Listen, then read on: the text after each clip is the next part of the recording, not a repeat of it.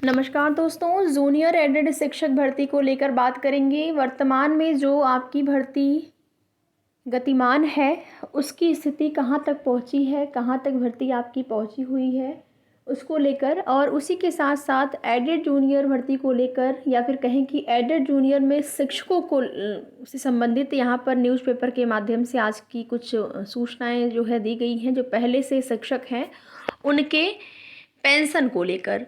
तो जैसे आप एडेड जूनियर शिक्षक भर्ती के अब जो है उसमें ज्वाइनिंग करने जा रहे हैं, आप शिक्षक बनने जा रहे हैं, तो उससे संबंधित जो भी चीज़ें हैं वो जानना ज़रूरी हो जाता है। सबके संज्ञान में चीज़ें होनी चाहिए। तो न्यूज़पेपर में था तो मैंने सोचा कि आप सभी को बता दें। एडेड में जो प्राइमरी हैं और जूनियर शिक्षकों को पुरानी पेंशन को लेकर यहाँ पर आप देखेंगे 1 अप्रैल 2005 के पूर्व विज्ञापित पदों पर चयनितों को लाभ, 26 जून के शासनादेश में इन्हें नहीं किया गया था शामिल। प्रदेश के 3049 सहायता प्राप्त जूनियर हाई स्कूल और सहायता प्राप्त माध्यमिक विद्यालयों में संबंध 353 प्राइमरी में 1 अप्रैल 2005 से पूर्व विज्ञापित पदों पर बाद में नियुक्त शिक्षकों व शिक्षणेतर कर्मचारियों को भी पुरानी पेंशन का लाभ मिलेगा। प्रदेश सरकार ने जून में हुई कैबिनेट बैठक में उन शिक्षकों और कर्मचारियों को भी पुरानी पेंशन का विकल्प देने का निर्णय लिया था जिनका विज्ञापन तो 1 अप्रैल 2005 के पहले जारी हुआ था, लेकिन नियुक्ति बाद में हुई। विकल्प लेने के लिए 28 जून 2024 को शासनादेश जारी हुआ। हालांकि उसमें सहायता प्राप्त जूनियर हाई स्कूल और संबद्ध प्राइमरी के शिक्षकों और कार्मिकों से विकल्प नहीं मांगा गया था। यह गलती संज्ञान में आने पर अपर शिक्षा निदेशक बेसिक कामताराम पाल ने 28 अक्टूबर को सभी बेसिक शिक्षा अधिकारियों और मंडलीय सहायक शिक्षा निदेशक बेसिक को पत्र लिखकर इन शिक्षकों और कार्मिकों से भी विकल्प लेने के निर्देश दिए हैं। 28 अक्टूबर को ही, अभी आपका 28 अक्टूबर बीता है, आज 31 अक्टूबर है।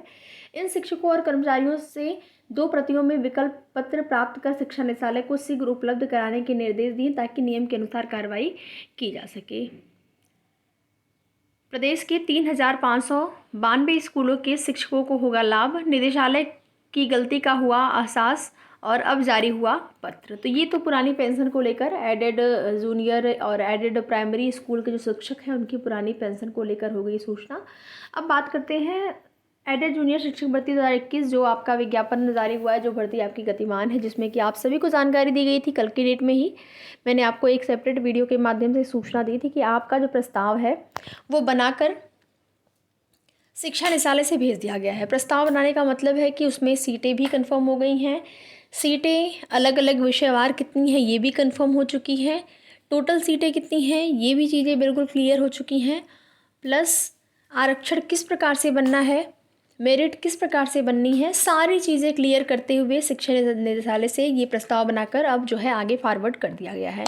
अब ये जो चीज़ें हैं आगे भेजी गई हैं, फिर एक बार देखेंगे वो लोग अधिकारी लोग, फिर उसके बाद पुनः से जो है शिक्षा निदेशालय आएगा और उसके बाद जो है शासनादेश जारी होगा, यानी कि आपसी सहमति बनेगी। जो भी सीटें हैं किस प्रकार से भर्ती होनी है, कुछ उसमें कमी तो नहीं है, तो ये सारी चीज़ें जो है देखी जाएंगी।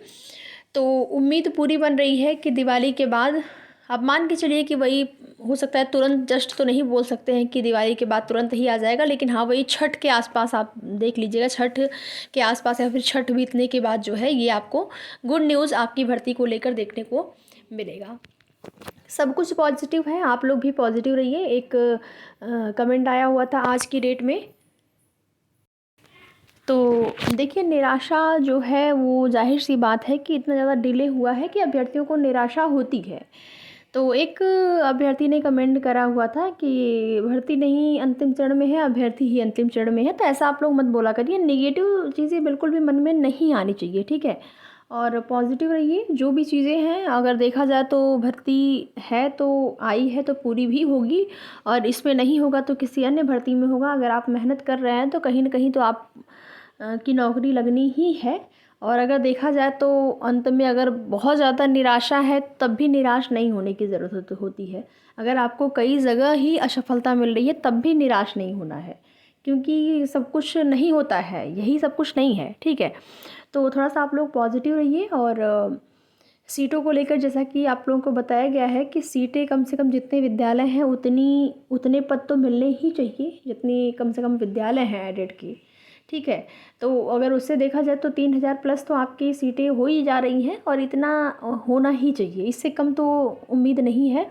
और संभावना भी है कि सीटें आपकी जो है वो बढ़ी हुई आपको देखने को मिलेंगी शासनादेश में। जैसे ही दिवाली की छुट्टियां वगैरह बीतती हैं उसके बाद कोशिश किया जाएगा शिक्षा निदेशालय प्रयागराज पर भी जाके और लखनऊ में भी कि जो है सीट वृद्धि को लेकर थोड़ा सा जो है निवेदन वगैरह किया जाएगा। वैसे तो इस चीज़ें जो है देखिए, ऐसा नहीं है कि अभी जो प्रस्ताव बनाकर भेज देंगे उतने पर ही आपकी भर्ती कंप्लीट हो जाएगी।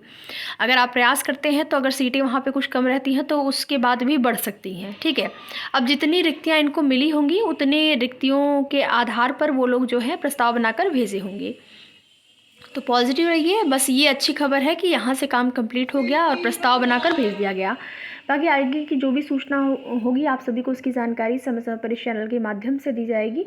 और कुछ अन्य भर्तियों संबंधित सूचनाएं यहाँ पर हैं न्यूज़पेपर के माध्यम से, डेली न्यूज़पेपर के माध्यम से। अगर आपके काम का हो तो आप लोग देख लीजिएगा या फिर आप यहीं पर वीडियो को स्किप कर सकते हैं।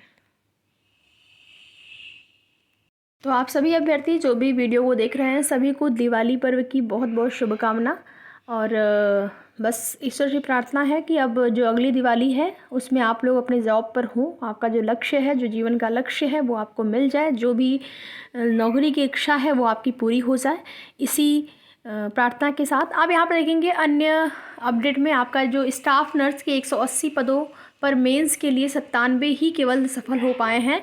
उत्तर प्रदेश लोक सेवा आयोग ने 8 सितंबर को आयोजित स्टाफ नर्स आयुर्वेद पुरुष महिला प्रारंभिक परीक्षा 2023 का परिणाम बुधवार को घोषित कर दिया। आयोग ने स्टाफ नर्स 180 पदों के लिए 4 सितंबर 2023 से आवेदन मांगे थे। प्रारंभिक परीक्षा में कुल 4248 अभ्यर्थी शामिल हुए थे। प्रारंभिक परीक्षा के परिणाम के आधार पर आयोग ने निर्धारित न्यूनतम अर्हता मानक अंक धारित करने वाले महिला संवर्ग के लिए आरक्षित 162 पदों के सापेक्ष कुल 89 एवं पुरुष संवर्ग के लिए आरक्षित 18 पदों के सापेक्ष कुल 8 अभ्यर्थियों को मुख्य परीक्षा में प्रवेश के लिए सफल घोषित किया गया है। यानी कि टोटल जो 180 पद हैं उसके के लिए मुख्य परीक्षा में केवल 97 अभ्यर्थी ही शामिल होंगे। आयोग के सचिव अशोक कुमार के अनुसार परीक्षा परिणाम आयोग की ऑफिशियल साइट पर उपलब्ध है। उन्होंने साफ किया है कि परीक्षा परिणाम पूर्णतया औपबंधिक है और परीक्षा परिणाम संबंधित प्राप्तांक तथा श्रेणीवार कट-ऑफ अंक अंतिम चयन परिणाम घोषित होने के बाद आयोग की वेबसाइट पर प्रकाशित किया जाएगा। अतः इस संबंध में आरटीआई के तहत प्रार्थना पत्र स्वीकार नहीं किए जाएंगे। मुख्य परीक्षा के संबंध में सूचना अलग से जारी की जाएगी। परीक्षा का परिणाम हाईकोर्ट में दाखिल विभिन्न याचिकाओं में पारित किए जाने वाले अंतिम निर्णय के अधीन होगा। तो जो भी मैटर कोर्ट में चलते रहते हैं आप सभी को पता है कि उसके अधीन ही रहता है रिजल्ट या फिर परिणाम। स्टाफ नर्स परीक्षा में अभ्यर्थियों से अधिक पद, कोई स्पर्धा नहीं। यूपीपीएससी की परीक्षाओं के लिए 18 लाख से भी अधिक अभ्यर्थियों का रजिस्ट्रेशन। उत्तर प्रदेश लोक सेवा आयोग की परीक्षाओं में शामिल होने के लिए वन टाइम रजिस्ट्रेशन कराने वाले अभ्यर्थियों की संख्या तेजी से बढ़ी है। ओटीआर के सत्यापन में आई तकनीकी समस्या के समाधान के बाद रजिस्ट्रेशन कराने वाले अभ्यर्थियों की संख्या 18.76 लाख के ऊपर पहुंच गई है, जो आने वाले समय में आयोग की विभिन्न परीक्षाओं में शामिल होंगे। तो इस प्रकार से आप देखेंगे बेरोजगारी है, इस प्रकार से अभ्यर्थी हैं जो कि तैयारी करने वाले हैं और जो बिल्कुल कतार में खड़े हुए हैं जॉब लेने के लिए, एक सीट के लिए। जितने लोगों ने आवेदन किया है वन टाइम जो आपका होता है रजिस्ट्रेशन करवाया हुआ है। बाकी आगे की जो भी सूचना होगी इन भर्तियों से संबंधित आप सभी को जानकारी समय समय पर दी जाएगी। वीडियो में लास्ट तक बने रहने के लिए आप सभी का बहुत बहुत धन्यवाद।